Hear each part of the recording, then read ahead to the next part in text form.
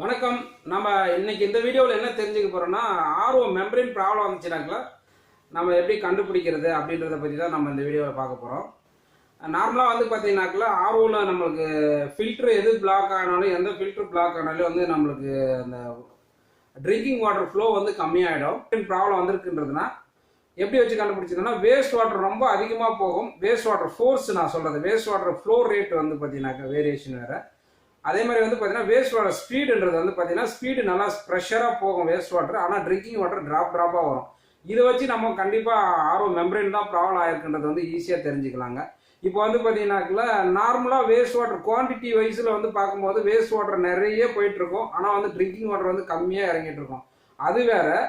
ஸ்பீடை நான் சொல்கிறது வந்து ஸ்பீடை பேஸ் பண்ணி வந்து பார்த்தீங்கன்னாக்கா நம்ம மெம்பரேன் வந்து இல்லை போயிடுச்சா இல்லை நல்லா இருக்கா அப்படின்றது வந்து மெம்பரேன் போயிடுச்சுன்றது வந்து ஈஸியாக கெஸ் பண்ணலாம். அது எப்படின்னு கேட்டிங்கனாக்கா, இப்போ நார்மலாக வந்து பார்த்தீங்கன்னாக்கா மிஷின் ரன் பண்ணும் போது நம்ம வேஸ்ட் வாட்டர் வந்து ஓரளவுக்கு மீடியமாக ஸ்லோவாக போயிட்டே இருக்கும், ட்ரிங்கிங் வாட்டர் ஸ்லோவாக வந்துகிட்டே இருக்கும். அந்த மாதிரி வந்ததுனாக்கா இப்போ ஃபில்ட்ரு பிளாக் ஆகிருந்தா, மற்ற கார்பனோ செடிமெண்ட்டோ இந்த மாதிரி ஏதாவது ஃபில்ட்ரு பிளாக் ஆகிருந்தாலே அந்த மாதிரி வரதுக்கான வாய்ப்பு இருக்குது.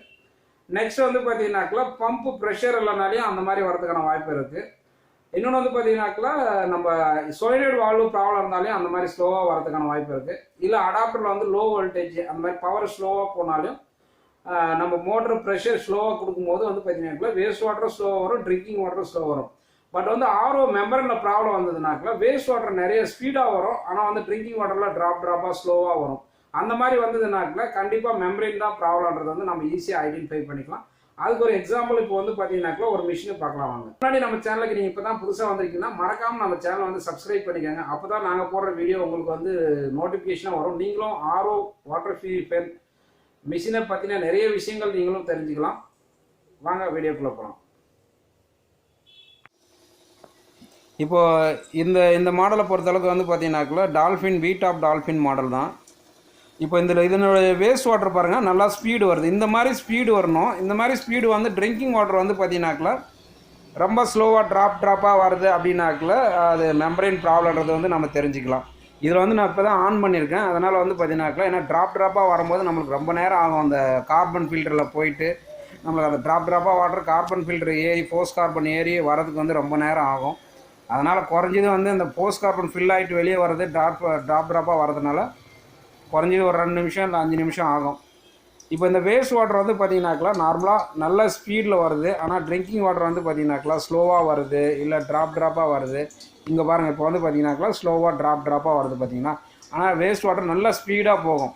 இந்த மாதிரி வேஸ்ட் வாட்டர் ஸ்பீடாகவும் அதே மாதிரி வந்து பார்த்திங்கன்னா ட்ரிங்கிங் வாட்டர் நல்லா ஸ்லோவாகவும் இந்த மாதிரி வந்ததுனாக்கா நம்மளுக்கு வந்து இந்த மெம்பரேனில் வந்து பார்த்திங்கன்னா ப்ராப்ளம் இருந்தால் மட்டும்தான் இந்த மாதிரி வந்து ட்ரிங்கிங் வாட்டர் வந்து ஸ்லோவாகவும் வேஸ்ட் வாட்டர் ஸ்பீடாகவும் போகும்.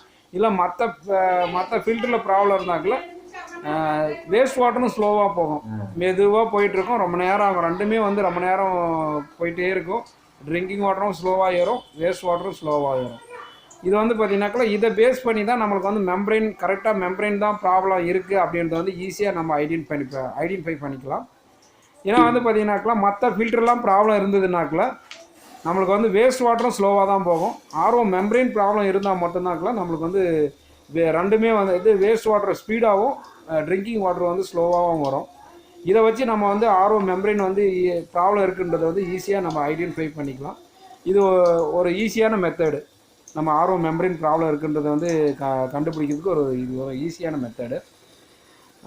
இது வந்து பார்த்தீங்கன்னாக்கா நார்மலாக இந்த மெம்பரேன் வந்து ஒரு 4-5 வருஷம் ஓடி இருக்கும் நார்மலாக இந்த மிஷினு. அதனால் வந்து பார்த்தீங்கன்னாக்கா இப்போ ஃபில்ட்ரு செட்டு எல்லாமே தான் மாற்றணும். இப்போ இந்த மாடலில் பார்த்துருப்பீங்க நீங்கள். இப்போ நம்ம செக் பண்ணி பார்த்த மாடலில் மோஸ்ட்லி வந்து வேஸ்ட் வாட்டர் நிறைய ஸ்பீடாக போகுது, ட்ரிங்கிங் வாட்டர் வந்து ட்ராப்பாக தான் வருது.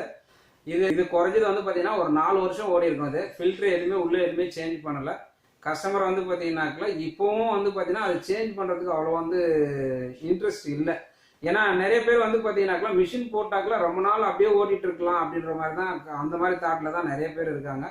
இப்போ வந்து அந்த கஸ்டமர் 2 ஆப்ஷன் கொடுத்துருக்கேன். ஃபில்டர் செட்டு மாற்றணும், எல்லா செட்டும். இப்போ ஃபில்டர் வந்து பார்த்தீங்கன்னா மெம்பரேன் போயிடுச்சுன்னா மெம்பரேன் மட்டும் மாற்றக்கூடாது, ஃபில்டர் செட்டு அந்த உள்ளே இருக்க எல்லா செட்டும் மாற்றினா தான் நம்மளுக்கு திரும்ப அடுத்து வந்து பார்த்தீங்கன்னாக்கா லைஃப் எதிர்பார்க்க முடியும். இப்போ மெம்பரேன் மட்டும் போயிருக்கு, மெம்பரேன் மட்டும் மாற்றினீங்கனாக்கா ஆல்ரெடி அந்த கார்பன் செடிமெண்ட்டில் இருக்கிற வந்து பார்த்தீங்கன்னா டஸ்ட் வந்து திரும்பவும் மெம்பரேனில் போய் செடிமெண்ட் ஆச்சுன்னா மெம்பரேன் திரும்ப நம்ம மாற்றின மெம்பரேனோட லைஃப் வந்து ரொம்பவே கம்மியாயிடும். முதல் மெம்பரேனு எஃப்ஆர் மற்ற sediment carbon, free carbon, force carbon, அதே மாதிரி அவுட்டர் ஃபில்ட்ரு, இந்த டியூப்ஸ் ரீப்ளேஸ் பண்ணாதான் திரும்ப வந்து பார்த்தீங்கன்னாக்கா நம்மளுக்கு லாங் லைஃப் எதிர்பார்க்க முடியும். கஸ்டமருக்கு வந்து பார்த்தீங்கன்னா 2 ஆப்ஷன் சொல்லிட்டு வந்துடும். ஒன்று எக்ஸ்சேஞ்சு, ஏன்னா வந்து அவங்க 5 இயர்ஸ் அந்த மாதிரி ஓடிடுச்சு, எக்ஸ்சேஞ்ச் பண்ணிக்காங்க. அவங்ககிட்ட சொல்லியிருக்கேன், நான் ஃபில்டர் தான் சேஞ்ச் பண்ண சொல்லியிருக்கேன். பட் அவங்க வந்து பார்த்தீங்கன்னாக்குள்ள மிஷினை மாற்றிடலாமா அப்படின்னு கேட்டாங்க. அவங்களுக்கு 2 ஆப்ஷன் சொல்லிட்டு, ஒன்று ஃபில்டர் சேஞ்ச் பண்ணிக்காங்க, இல்லைனா ரீப்ளேஸ் பண்ணிவிடும் மிஷின். ஏன்னா இப்போ வந்து ஒரு 5 இயர்ஸ் பக்கம் ஓடிடுச்சு அந்த மிஷினு. அதுக்கு மேலே பம்பு, அந்த பூஸ்டர் பம்பு வந்து பார்த்தீங்கன்னா ஓடனா இன்னும் 1 வருஷம் 2 வருஷம் ஓடும். அதுக்கப்புறம் திரும்பவும் பூஸ்டர் பம்பு சேஞ்ச் பண்ணுற மாதிரி இருக்கும். அதனால் வந்து கஸ்டமருக்கு சொல்லியிருக்கேன், ஒன்று ஃபில்டர் செட்டு மாற்றிக்கங்க, ஒரு 2 வருஷம் ரன் பண்ணிக்கலாம். அதுக்கப்புறம் வந்து பார்த்தீங்கன்னாக்கில் மிஷின் மாற்றிக்கலாம். அப்படி இல்லைனாக்கில் வந்து பார்த்தீங்கன்னாக்கில் எக்ஸ்சேஞ்ச் பண்ண சொல்லியிருக்கேன்.